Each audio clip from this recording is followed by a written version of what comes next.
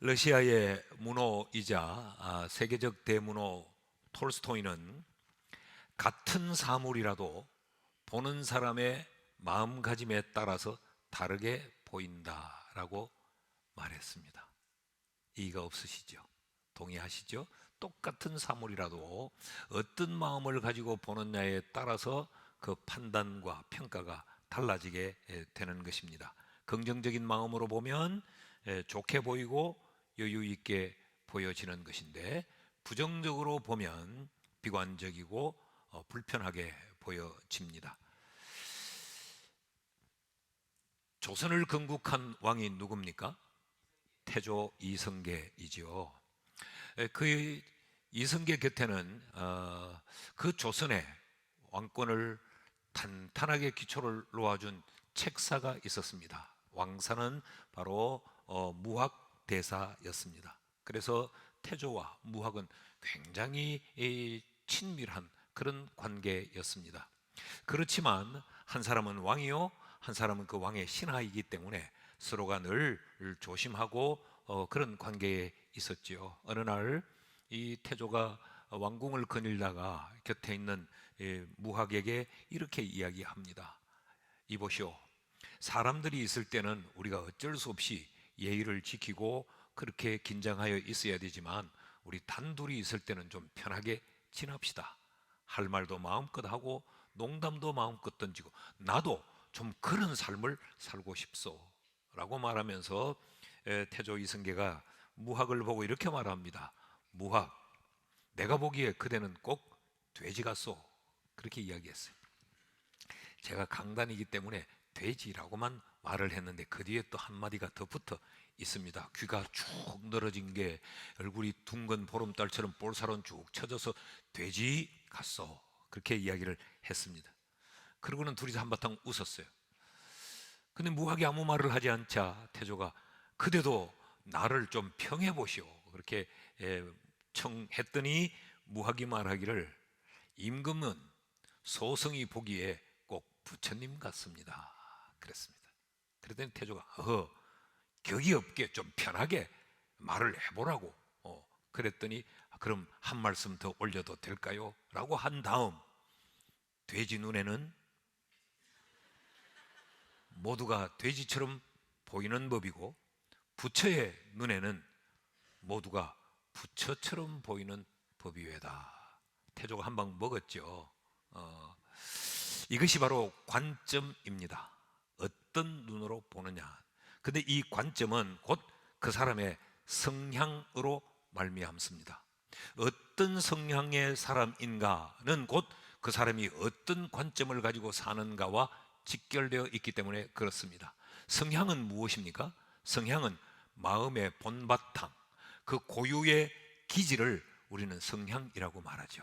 그 사람이 원래 성향이 그래. 그 말은 그 사람이 원래 그런 기질의 사람이야. 그 사람 마음의 본바탕이 그래 라고 하는 의미와 같은 의미가 아니겠습니까? 여러분, 우리는 어떤 성향입니까? 예수를 믿는 그리스도인은 어떤 성향을 가지고 살아가야 합니까? 예수님께서는 어떻게 말씀하셨는가를 우리가 좀 보면 답이 나오겠죠. 예수님께서는 9절 말씀에서 이렇게 말씀하셨습니다. 아버지께서 나를 사랑하신 것 같이 나도 너희를 사랑하였으니 나의 사랑 안에 거하라. 그리스도인은 어떠해야 되느냐? 사랑 안에 거해야 된다라고 말씀을 하십니다. 그러시면서 이 말씀을 12절에서는 이렇게 또 바꾸어 말씀을 하세요. 내 계명은 곧 내가 너희를 사랑한 것 같이 너희도 서로 사랑하는 이것이니라. 그러니까 예수님께서는 사랑해라 라고 지금 말씀을 하고 있는 것이죠. 그리스도인은 바로 이런 사랑의 성향을 가지고 사랑의 기질을 가지고 그 마음의 본바탕이 사랑하는 마음이어야 한다라고 지금 말씀하고 있는 것입니다. 굉장히 쉬운 이야기고 굉장히 단순한 이야기예요. 우리가 이 교회에 오면 늘 듣는 이야기가 사랑, 사랑, 사랑해라. 사랑에 대한 말을 많이 듣지 않습니까? 그런데 예수님께서 이 말씀을 하신 그 시점과 그 상황을 우리가 좀 주목해 보면 조금 더 의미는 깊어집니다. 우리가 요한복음을 지금 쭉 차례대로 살펴왔는데 예수님께서 공생애를 시작하시는 그 순간부터 예수님은 계속해서 사람들로부터 공격을 당해 왔습니다. 특별히 어떤 사람들에게 공격을 당해 왔습니까? 바리새인들, 서기관들, 제사장들, 소위 말하는 종교인들로부터 예수님은 계속 음해를 당해오고 욕을 먹고 그 사람들에 의해서 자꾸 편가름을 당해야 했고, 심지어는 예수를 죽이려고 모의하는 이런 상황, 이런 시점에 예수님이 지금 처해 있습니다. 한 걸음 더 나아가서 예수님이 택하신 예수님의 제자 중 하나인 가룟 유다에게 예수님이 지금 배신을 당하고 있습니다. 이 유다는 예수님을 단순히 배신한 정도가 아니고 이 예수를 아예 죽음이라고 하는 공경의 자리에 빠뜨리려고 결심을 하고 예수를 돈 받고 팔아 넘기지요. 뿐만 아니라 지금 요한복음 15장에 이르면서까지 계속적으로 주님이 말씀한 게 뭐예요? 세상에서 나는 미움을 당하고 있고 세상에서 나는 공격을 당하고 있다는 이야기를 계속하고 있지 않습니까? 그런데 예수님께서 하시는 말씀이 뭐냐? 너희는 그러지 마라 라는 이야기죠. 너희는 사랑해라. 그래도 너희는 사랑해야 한다 라고 말씀을 하고 있습니다. 이 말씀을 바꾸어 말하면 세상은 어떻든지 간에, 너희의 주변에서 너희를 어떻게 대하든지 간에, 예수 밖에 있는 사람들은 어떤 성향을 가지고 살든지 간에, 예수 안에 있는, 나의 사랑 안에 있는 그리스도인은, 예수쟁이는 사랑의 성향을 가지고 사랑의 기질로 사랑의 마음으로 살아야 한다라고 지금 말씀을 하고 있는 겁니다. 그렇다면 여러분, 우리는 사랑하면서 살아야 합니다. 사랑하면서 살려면 사랑이 무엇인지를 이해해야 합니다. 지금 요한복음 15장에서 예수님이 말씀하시는 이 사랑의 의미는 어떤 의미인가를 우리가 깊이 알아야 하지 않겠습니까? 그냥 사랑하며 살자, 굉장히 막연하잖아요. 우리가 사랑하면 성경에서 가장 떠오르는 그 챕터가, 성경이 어디입니까?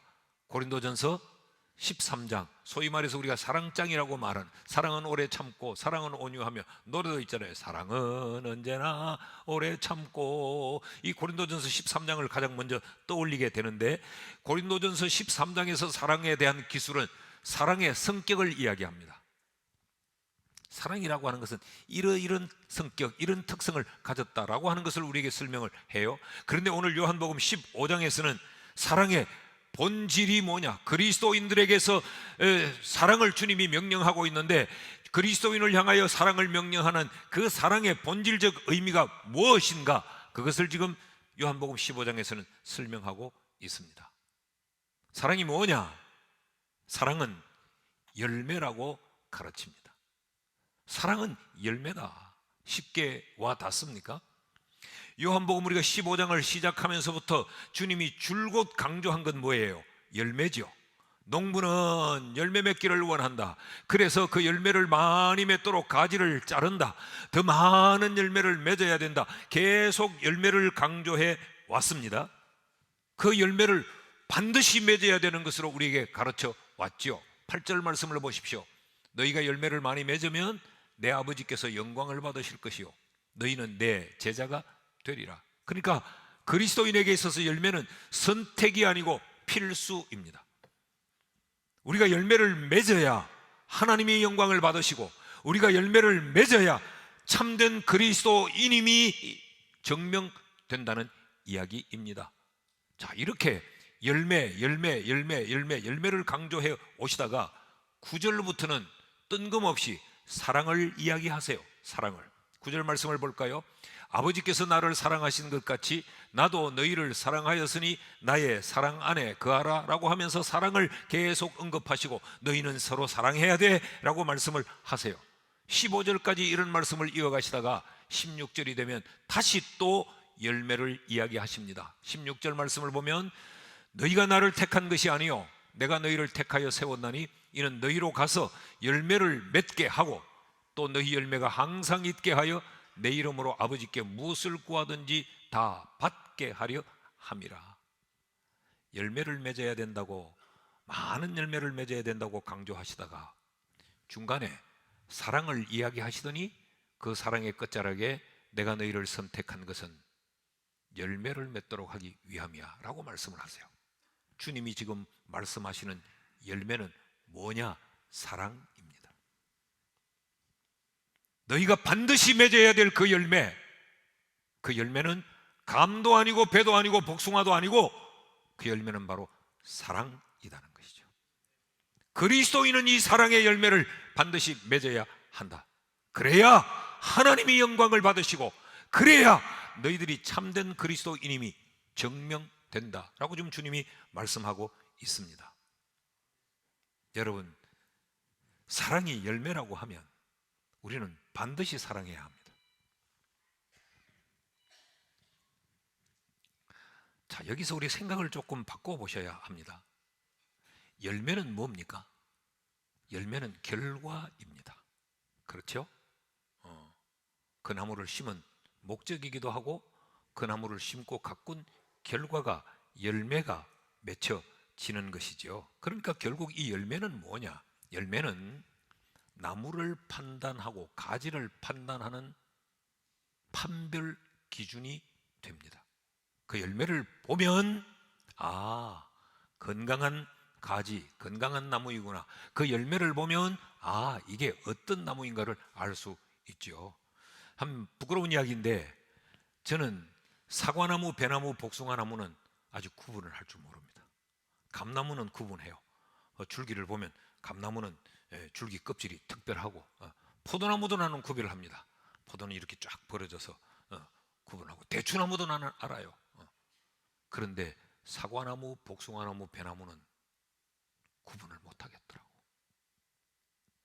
그래도 나는 절대 걱정하지 않습니다. 사과가 맺히면 그건 사과나무입니다. 여러분, 고민하지 마십시오. 배가 열리면 그거는 천없어도 배나무입니다. 지금 그 이야기를 하고 있는 겁니다. 열매가 결과다, 열매. 배가 열리면 그건 어떤, 자기가 사과나무라고 아무리 소리쳐도 그건 배나무이다라는 거죠. 그러면서 우리에게, 너희들에게 사랑이 열매로 맺혀지면 누가 뭐래도 너희들은 참된 그리스도인이요, 너희에게 사랑이라고 하는 열매가 없으면 너희가 별의별 곤두박질을 치고 종교적인 열심을 다 쏟아놓아도 너희를 통하여서는 하나님이 영광되시지 않는다, 그 이야기입니다. 그러시면서 주님은 이 말씀을 아주 무서운 데 적용을 시키고 있습니다. 가짜와 진짜를 구별하는데 이 원리를 적용하십니다. 마태복음 7장 15절에서 18절 말씀을 보면, 거짓 선지자들을 삼가하라. 거짓 선지자는 가짜죠. 양의 옷을 입고 너희에게 나오나 속에는 노략질하는 일이라. 껍데기는 꼭 양처럼 꾸미고 얼마나 양의 짓을 할지라도 그 속에는 노략질하는, 훔쳐내는 일이다. 그들의 열매로 그들을 알 수 있다. 우선은 봐서 잘 모른다, 속이니까. 그런데 결과를 보면, 어떤 열매를 맺는가, 마지막 그 결과를 보면 안다. 이 원리가 그렇지 않느냐? 가시나무에서 포도를 딸 수 있겠냐? 엉겅퀴에서 무화과를 따겠느냐? 이처럼 좋은 나무마다 아름다운 열매를 맺고 못된 나무마다 나쁜 열매를 맺는 것이 이게 원리이지 않느냐? 좋은 나무는 절대로 나쁜 열매를 맺을 수 없고, 못된 나무는 결과적으로 아름다운 열매를 맺을 수는 없다. 그러니 속지 마라. 양의 옷을 입고 나올지라도 그 열매를, 맺혀지는 열매를 보면 판단할 수 있다. 마지막 결과의 그 열매를 보아라 라고 주님이 말씀하시는 겁니다. 그러니까 결과적으로 열매가 증명이 된다는 이야기이죠. 사랑하는 여러분, 여러분의 삶에는 사랑이라는 열매가 있습니까?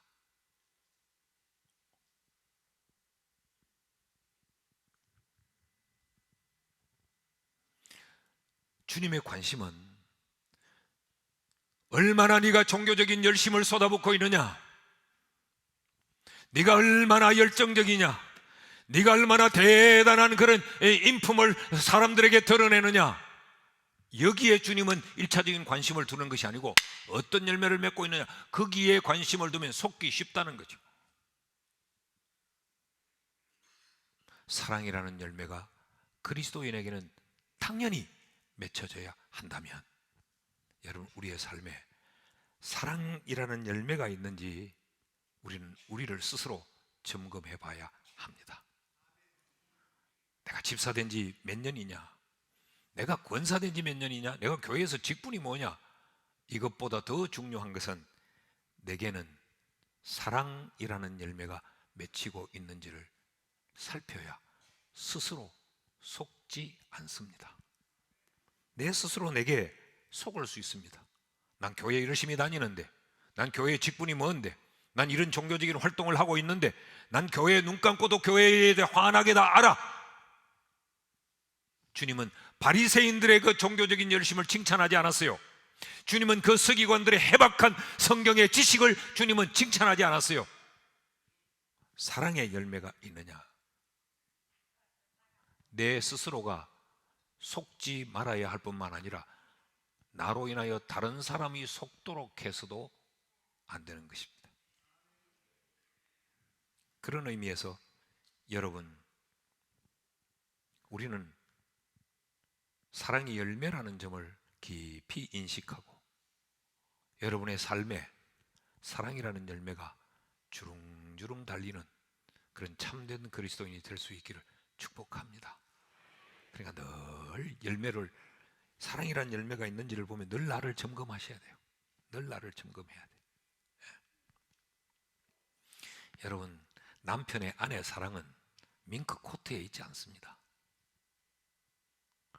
막 화장품 사다 주고 스카프 사다 주고 막 그러길래 사랑하는 줄 알았어요.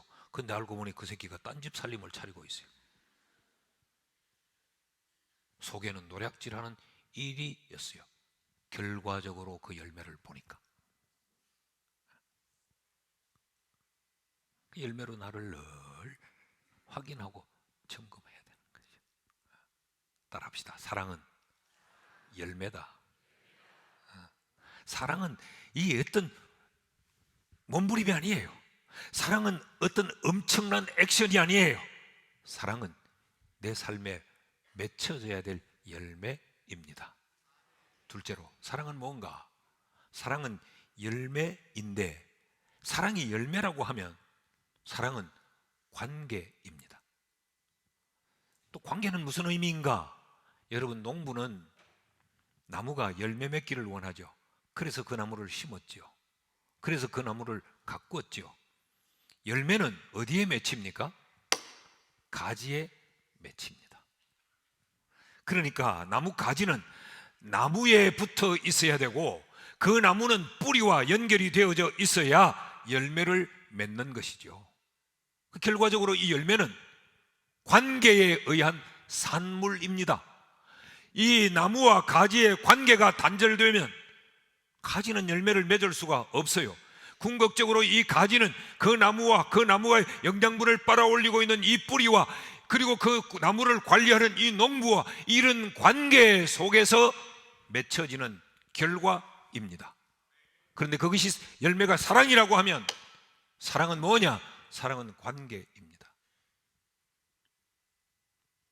사랑한다라고 하는 것은 관계가 좋다라는 이야기입니다. 그래서 예수님께서 12절에 이렇게 말씀을 하시죠. 내 계명은 곧 내가 너희를 사랑한 것 같이 너희도 서로 사랑하라는 이것이니라.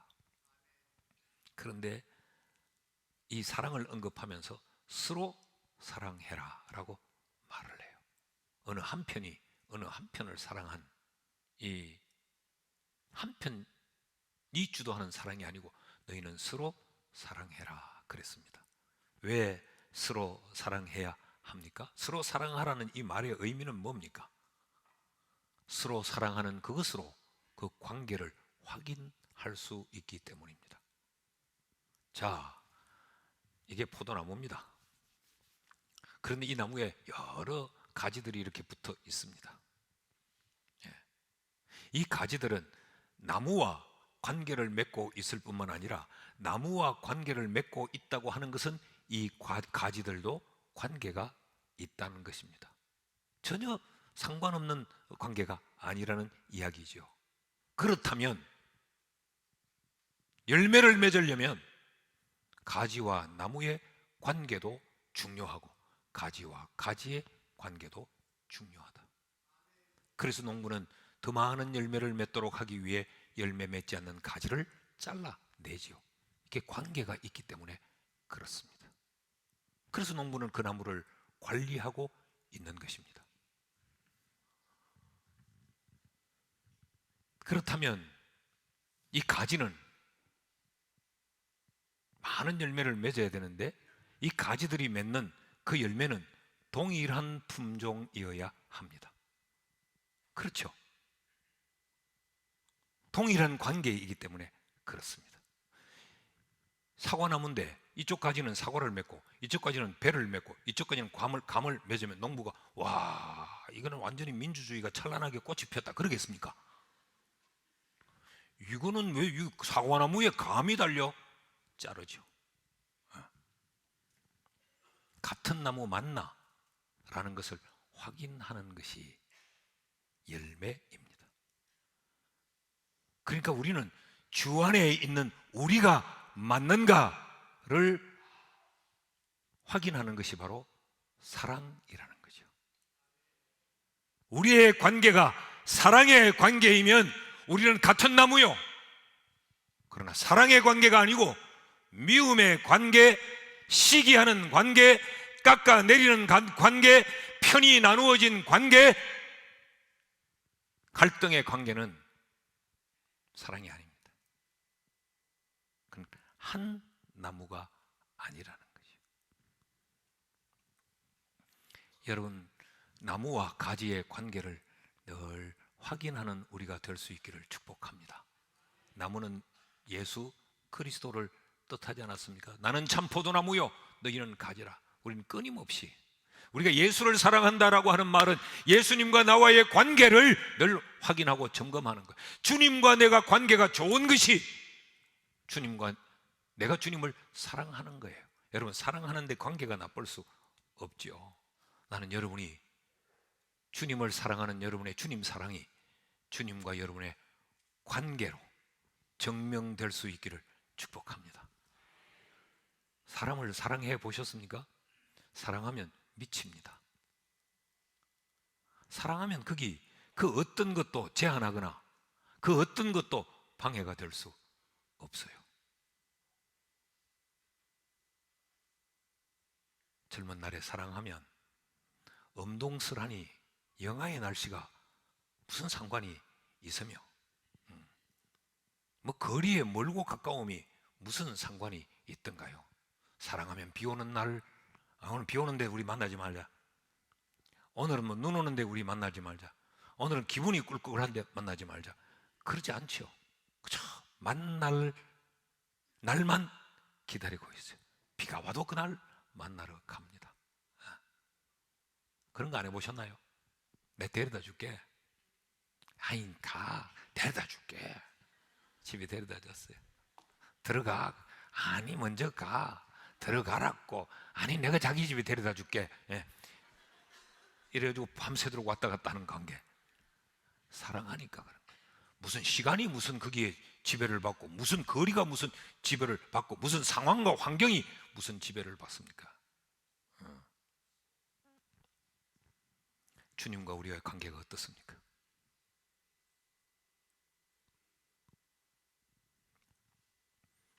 뿐만 아니라 가지를 향하여서 너희는 서로 사랑하라 그랬어요. 가지와 가지도 사랑의 관계입니다. 다시 말씀드릴까요? 반야월 교회를 출석하는 우리 모두는 주님의 몸에 붙어있는 가지들이에요. 우리는 관계에 있는 사람들입니다. 그러므로 우리는 사랑이라고 하는 열매를 맺어야 하는 존재들입니다.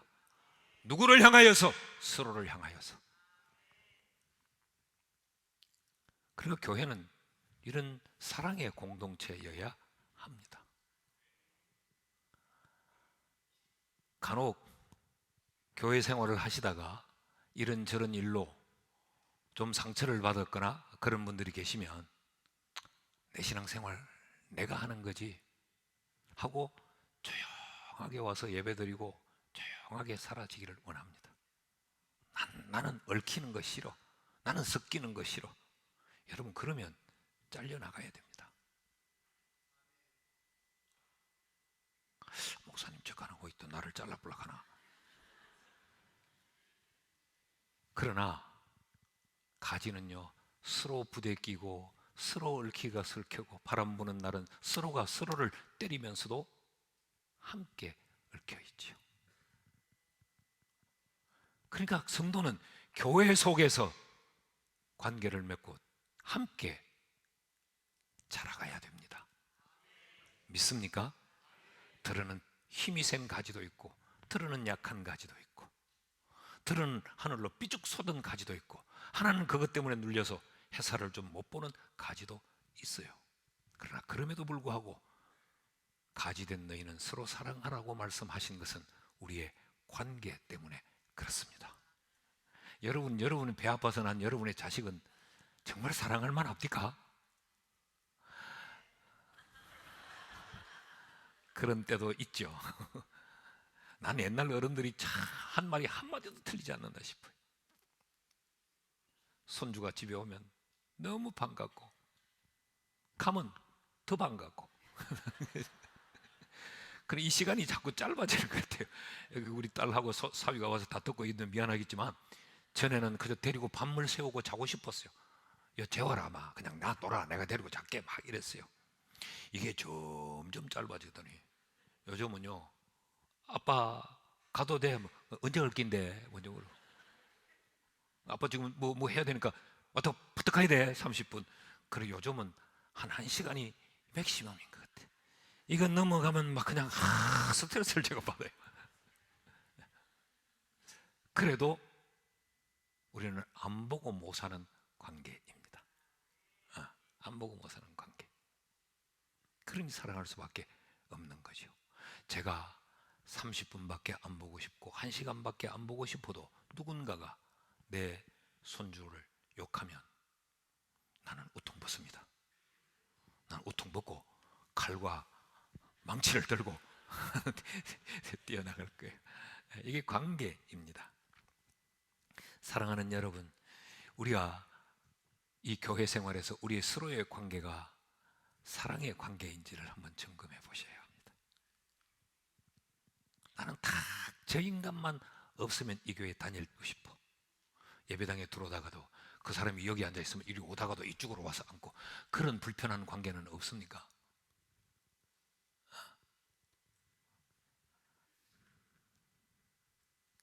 정상적이지 못해요. 우리 주사랑 찬양대 안에는 그렇지 않는가요?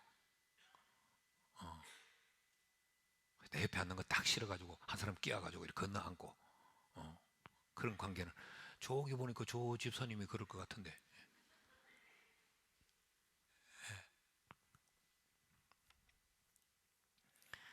바울의 외침을 들어보십시오. 바울은 복음을 전하고 예수를 믿는 사람들이 생겨지니까 그들이 관계가 형성되어져 교회가 탄생하게 되지 않습니까? 그런 교회를 향해서 고린도전서 1장 10절에 이렇게 말합니다. 형제들아, 원래는 형제가 아니었어요. 그런데 그 관계가 형제가 되어버립니다. 예수 안에 가지가 되니까. 형제들아, 우리 주 예수 그리스도의 이름으로 너희를 권하노니 모두가 같은 말을 하고 너희 가운데 분쟁이 없이 같은 마음과 같은 뜻으로 온전히 합하라. 아니, 무슨 공산당도 아니고 어떻게 같은 말을 해? 어떻게 같은 마음을 품어? 어떻게 같은 뜻을 가져? 한 나무이기 때문에 그렇습니다. 포도나무에 붙은 포도가지이기 때문에 우리는 같은 마음, 같은 뜻, 같은 말을 해야 하는 거죠. 그래서 우리는 서로 동일한 사랑의 열매를 맺어야 됩니다. 같은 나무니까. 여기는 사랑의 열매를 맺고 여기는 미움의 열매를 맺을 수가 없는 거죠. 그런데 마귀는 정반대로 우리에게 미혹합니다. 마귀라는 이 말은 디아볼로스라고 하는 단어가 마귀라는 말이에요. 이 디아볼로스라고 하는 이 말은 나누이게 하는 자, 편가르는 자, 비방하는 자, 모략하는 자, 그런 뜻입니다. 마귀의 역할이 이랬어요. 그렇지 않던가요? 역사가 시작되었던 에덴 동산에서 마귀는 하나님과 사람 사이를 나누어 나왔습니다. 갈라버렸습니다. 편갈랐어요. 그래서 하나님은 마음이 아프셔야 했고 인간은 하나님의 눈을 피해야 했던 거죠. 그래서 결과는 어떻게 됩니까? 에덴 동산에서 쫓겨나는 비극의 아픔을 경험하게 만들어 인간을 불행하게 만들어버리고 만 겁니다.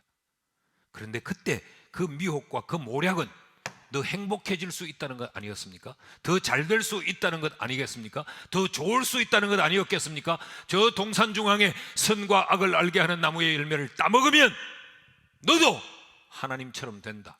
왜 하나님 밑에 하나님 명령을 지키는 꼬봉으로 사느냐? 훨씬 더 행복하고 훨씬 더 미래가 밝고 훨씬 더 좋을 것으로 미혹해서 결국은 하나님과 인간 사이를 나누어 버렸어요. 그랬더니 아담과 하와 사이가 나누어집니다. 서로 책임을 전가하지 않던가요? 아담아 너 왜 그랬니? 하나님이 같이 살라고 준 저 여자가 나한테 그랬어요. 사람을 나누어 버려. 가인과 아벨을 형제를 부부를 나누고 형제를 나누는 거죠. 이게 마귀가 하는 일입니다. 그 세상은 이게 정상인 거예요. 이렇게 나누고 저렇게 나누었으라도 그래서 이걸 깎아내리고 내가 올라서고 이게 세상입니다. 그런데 주님은 너희는 그렇게 살지 말라. 너희는 서로 사랑의 관계로 살아야 한다 라고 말씀을 하는 거죠. 요한복음 8장 44절에 너희는 너희 아비 마귀에게서 났으니, 마귀는 거짓의 아비라고 그렇게 소개하죠. 요한계시록 12장 9절은 또 뭐라고 말합니까? 천하를 꿰는 자라고 말했어요. 속이는 자, 미혹하는 자. 그래서 성경은요, 사랑은 불의조차 기뻐하는 것은 사랑이 아니라고 말합니다. 고린도전서 13장 6절 말씀을 보십시오. 불의를 기뻐하지 아니하며 진리와 함께 기뻐하고, 진리니까 진리와 함께 기뻐할 수밖에 없어요. 진리가 불의와 함께 기뻐할 수 없다고 성경이 가르칩니다. 그래서 다시 요한복음 앞부분으로 돌아가면 그래서 농부는 가지치기를 합니다. 2절 말씀을 다시 볼까요? 물은 내게 붙어있어 열매를 맺지 아니하는 가지는 아버지께서 그것을 제하여 버리고, 왜? 열매를 맺는 가지가 더 많은 열매를 맺도록 하기 위해서 잘라버린다 그랬어요. 불이 불법과 함께하거나 기뻐할 수 없다라고 성경이 말을 합니다. 우리는 이런 부분을 상당히 혼동을 많이 해요. 사랑하라 그랬잖아. 사랑하라 그랬잖아. 그래서 우리는 불의를 기뻐하는, 불의와 함께하는 것도 사랑이라는 오해가 우리에게 있을 수 있어요. 사랑하라고 그랬는데 아닙니다. 성경의 사랑을 참 아름답게 묘사한 책 한 권을 들라면 구약 성경 아가스를 말할 수 있어요. 아가스 2장 15절은 이렇게 기록합니다. 우리를 위하여 여우, 곧 포도원을 흐는 작은 여우는 잡아라. 왜냐하면 우리의 포도원에 지금 아름다운 꽃이 만발해 있는데 이 포도밭을 황폐하게 해버리고 이 아름다운 꽃을 다 훼손해버릴 것이기에 비록 작은 여우일지라도 잡아라 라고 말을 해요. 왜 그럴까요? 사랑은 관계이기 때문에 그렇습니다. 사랑하는 여러분, 주님과 나와의 관계를 해치는 것은 잡으셔야 합니다. 우리의 관계를 해치는 것은 잡아야 합니다. 오늘 잡는다고 또 집에 가다가 뭐 옆에 있는 사람 머리끄리 잡지 말고 우리의 마음의 못된 본성을 잡아야 돼요. 우리의 마음의 시기를 잡아야 돼요. 우리의 그 욕심, 욕망을 우린 잡아내야 됩니다. 우리가 한 나무요, 그 나무의 가지라면 서로 사랑해야 됩니다. 여러분, 가족 간의 사랑은 자연스러움 아닙니까? 가족 간에 사랑하는 것은 이상하지 않고 자연스러워요. 그 사랑의 표현이 얼마나 자연스럽습니까? 관계 때문에 그렇습니다. 마찬가지로 여러분, 교회 안에서 성도와 성도 간에 이런 아름다운 사랑의 관계는 당연해야 됩니다. 이것도 자연스러워야 하는 것이요. 서로의 눈길을 피해야 되고 서로의 마주침을 피하고 돌아다녀야 되는 이런 관계가 아니어야 한다는 거죠. 셋째로, 사랑은 열매요, 사랑은 관계일 뿐만 아니라 사랑은 질서입니다. 질서. 따라하십시다. 사랑은 질서다. 자, 나무를 다시 한번 생각해 보십시오. 농부가 씨앗을 심습니다. 그 씨앗에서 뿌리가 나서 땅에 착근을 하고 그리고 거기 싹을 틔워서 밀어 올립니다. 그런데 그 나무가 이걸 빨리 이 시간표를 막 돌리면 그 가지에 싹이 나서 그것이 줄기가 되고 그게 또 가지를 냅니다. 그럼 또 올라와서 또 다른 가지를 내고 또 가지를 내면서 이렇게 나무가 자라게 되죠. 그러니까 가만히 보시면 나무는 지금 주님이 나무를 예를 들면서 우리에게 지금 열매를 가르치고 사랑을 가르치는데 이 나무의 특성을 가만히 보면 나무의 가지는 위에서부터 아래로 내려오지 않습니다. 아래에서 위로 올라가죠. 먼저 나온 가지가 윗자리를 차지하는 것이 아니고 먼저 나온 가지가 아랫자리를 차지합니다. 이것을 가지 스스로가 뒤바꿀 수 없습니다. 내가 먼저 나왔으니까 나는 위에 가야 돼. 이 바꿀 수가 없습니다. 이것이 질서입니다. 그러므로 가지의 입장에서 사랑은 뭐냐? 사랑은 이 질서를 따르는 것, 그것이 사랑입니다. 강하고 오래된 가지는 이제 싹이나 움을 틔우는 햇가지를 아래에서 받쳐주고 부지런히 영양분을 햇가지로 공급해 줘야 합니다. 이제 싹을 틔우는 그 햇가지는 굵은 가지가 나를 받쳐주고 내게 영양을 밀어 올려주기 때문이라는 사실을 알아야 되는 거예요. 그래서 굵은 가지, 강한 가지는 어린 가지에게 양보해야 되고 어린 햇가지는 굵은 가지 앞에 겸손해야 하는 겁니다. 이것이 나무의 질서입니다. 만약 그러지 않고 뿌리가 가만히 생각해 보니까 이거는 나는 심기질 때부터 땅 속에 숨어 있었고 이때까지 한 번도 나는 사람 눈에 드러나지 못했고 늘 이제 나는 이제 얼마 되지도 않은 것들이 이제 난 것들이 열매를 맺어서 사람의 관심을 끌고 사랑을 받고 에라 한번 뒤집자, 세상 이래서 못 살겠다 이거. 그래가 어린 가지를 땅에 박고 뿌리가 하늘을 쳐들 수 있습니까? 균형도 안 맞을 뿐만 아니라 죽습니다. 뿌리가 하늘을 향해 쳐들면 그 순간부터 말라 들어가고 죽는 거죠. 그런 의미에서 가지와 가지가, 가지와 나무가, 나무와 뿌리가, 이 나무가 사랑한다는 말은 나무의 질서를 따르는 것이 바로 사랑하는 것입니다. 여러분, 뿌리 없는 나무가 어디 있던가요? 있다면 그건 죽은 것, 그저 모형으로 꽂아둔 것이지. 줄기 없는 뿌리도 있을 수가 없어요. 그건 썩은 뿌리입니다. 줄기를 만들어내지 못하는 그 뿌리는 썩은 거예요. 죽은 거니까 가지를 못 만들어내는 거죠.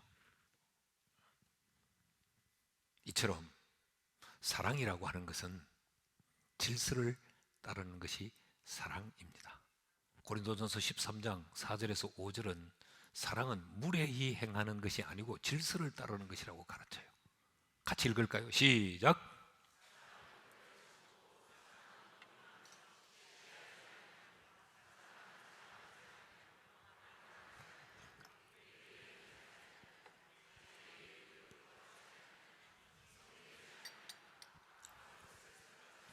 복잡하게 이야기했지만 이걸 한 문장으로 표현하면 사랑은 무례히 행치 않고 이 안에 다 들어갑니다. 온유한 것, 오래 참는 것, 이 모든 것이 다 질서를 이야기합니다. 나는 여러분의 가정에 사랑이라는 질서가 있기를 축복합니다. 부부 간에 질서가 있고 부모와 자식 간에 질서가 있습니다. 찬양대도 서로 사랑한다면 이 질서가 지켜지고 질서를 따라야 사랑하는 거예요. 교회에도 마찬가지입니다. 질서를 따르는 것이 교회를 사랑하는 거예요. 막 이런 분들도 간혹 계세요. 굉장히 교회를 위해서 열심히 일을 하고 열정적으로 일을 하는데 질서를 따르지 않는, 그건 교회를 사랑하는 것이 아니고 자기의 열심을 불태우는 겁니다. 자기를 사랑하는 겁니다. 내가 이거 하고 싶은 거니까. 나는 이런 거 안 하면 몸이 건질건질해서 못 사는 거니까. 여러분의 삶의 현장에서도 여러분의 삶의 그 현장을 사랑한다면 그 현장의 질서를 따라야 그것이 바로 그 삶의 현장을 사랑하는 것입니다.